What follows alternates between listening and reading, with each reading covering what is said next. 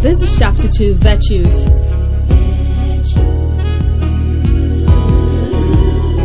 Virtues are characters that promote excellent living. They bring out and establish the beauty of your destiny.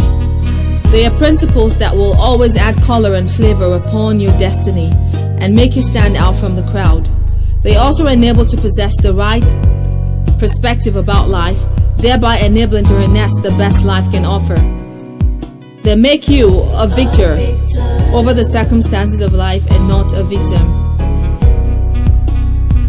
I have a few quotes about this topic. The first is by Joseph Smith Jr.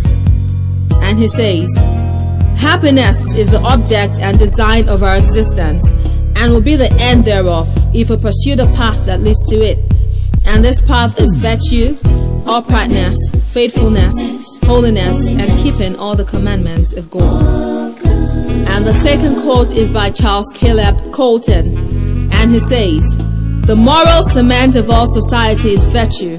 It unites and preserves, while vice separates and destroys." The poems in this chapter are gratitude, laughter, love, faith, prayer, and friendship. Poem 1, Gratitude. There's a certain attitude that creates a blissful altitude. It enforces progressive magnitude. This lifestyle is called gratitude. It doesn't murmur or complain, though desired once it can't obtain. A calm disposition it will always maintain. The master's love it will always retain. This attitude can easily survive a hopeless situation, it can help to revive. It always assists to keep your spirit man alive, giving you a merry heart till your miracles arrive. Ingratitude swiftly runs the divide, causing all your wishes to against stumbling blocks collide.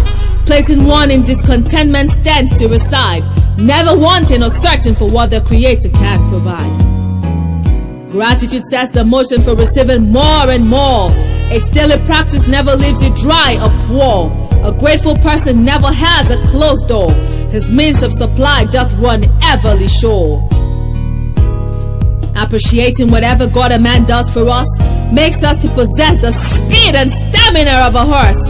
And gratitude definitely places one beneath a curse. But gratitude sets a destiny on a fruitful course. A grateful heart is always filled with ease. Reason circumstances can knock it to its knees. Through trials and triumphs it enjoys soothing release.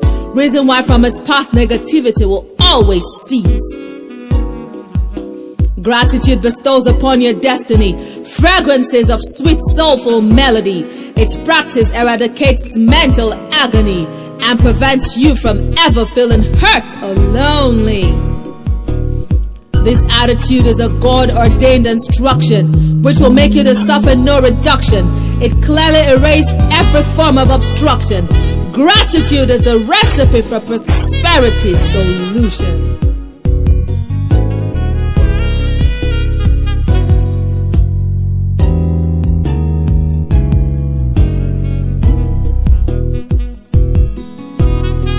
Poem 2, Laughter. Laughter is the best medicine, helping to clear the mind of harmful substances and sin. It dutifully aids your innermost being, preventing your outlook from looking pale and thin. Laughter can soar above any pain. It cools your entirety with soothing unseen rain. Its reward is an immense in-depth gain, aiming to ensure that sorrow is always slain.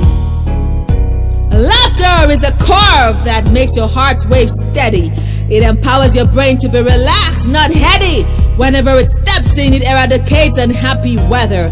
It is creativity and upliftment's radar.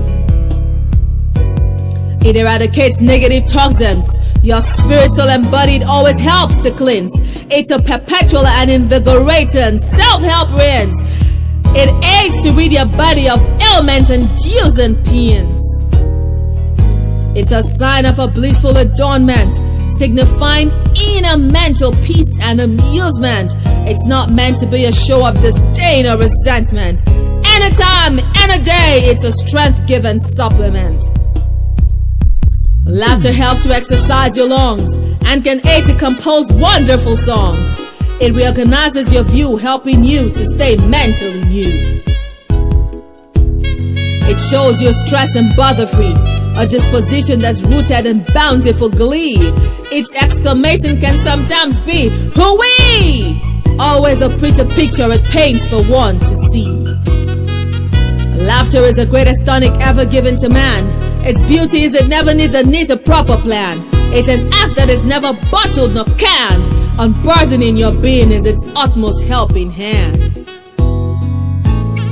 You should always laugh as often as you can.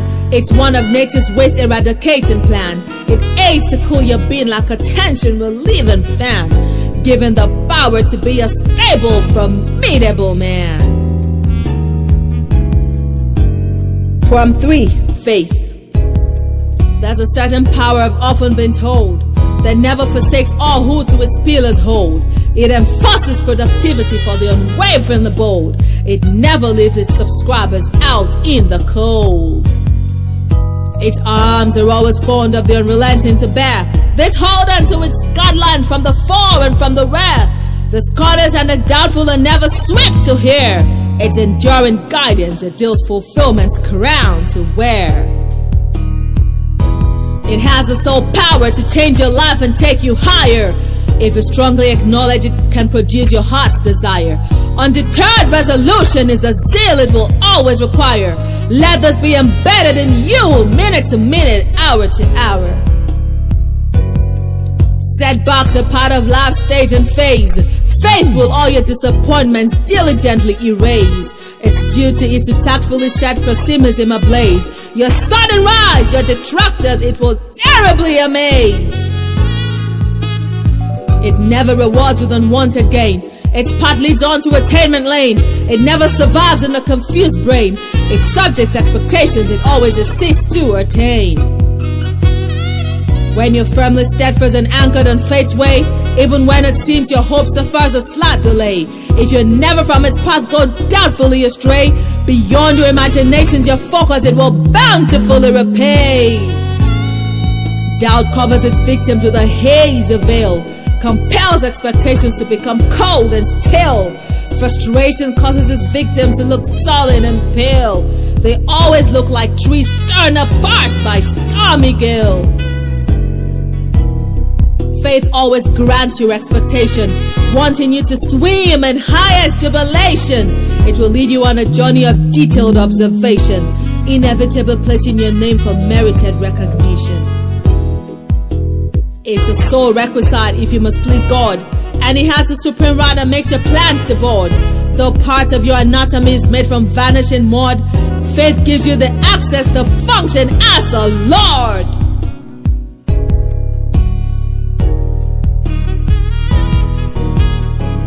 From 4, prayer.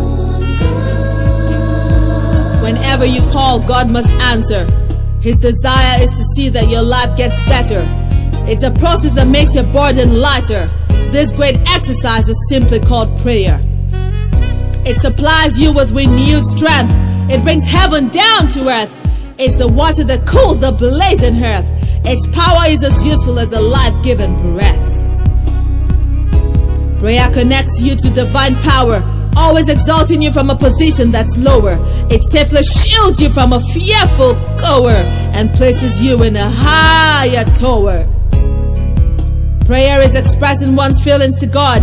It's very effective when combined with a spirit sword. It breaks asunder the enemy's hateful rod and establishes your true position as an earth lord. Prayer is a necessary fire for fueling your heart's desire. From this activity you must never retire. It is to every believer a compulsory attire.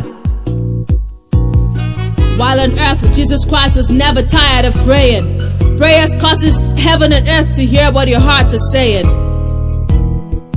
It should be an ongoing procedure day out and day in, causing your life's rhythm to be joyously swaying.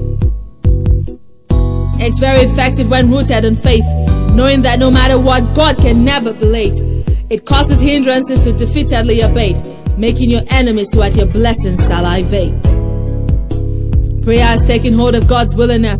It greatly shows His heart has gross tenderness. God's thoughts for us are embedded in productive helpfulness. Now I hope you'll take advantage of this truthful awareness. Prayer grants an inflow of heavenly resources. Prayer fully commits the vast angelic forces. Prayer greatly prevents a lot of careless losses. It ensures your destiny is void of curses. This is poem 6, and it's titled Friendship. Two or more different people having same interest, an unquenchable union that passes every test. Sacrifice and understanding and heap on heap, that's the evidence of true friendship. A shoulder to lean on, an umbrella from the scorching sun.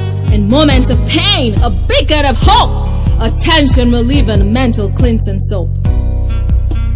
True friendship thrives on love, always willing its partner's burden to solve. It's a recommendation from heaven above, doesn't its partner's emotion carelessly shove. Friendship is for healing, a safe shelter to roost in. When others have you rejected, a true friend will have you re-elected. A true friend is one who has your time, one upon whose schedule you are prime. Their love for you is unconditional. They always anticipate your arrival. A friend in need is a friend indeed. A fair weather friend is a rotten seed. They can never be found when needed. The foundation of excuses are in them embedded. Friendship shouldn't be by force, but by a deliberate choice. Cause if you force yourself on someone, failure is the prize that will be ultimately won. A friend is one that's there through thick and thin. One that can never let your nakedness be seen. One who stays awake when you cannot sleep. Who in your room of flaws will never take a peep. An assistant to your peace and happiness compliant. Someone like a pessimism resistant shield.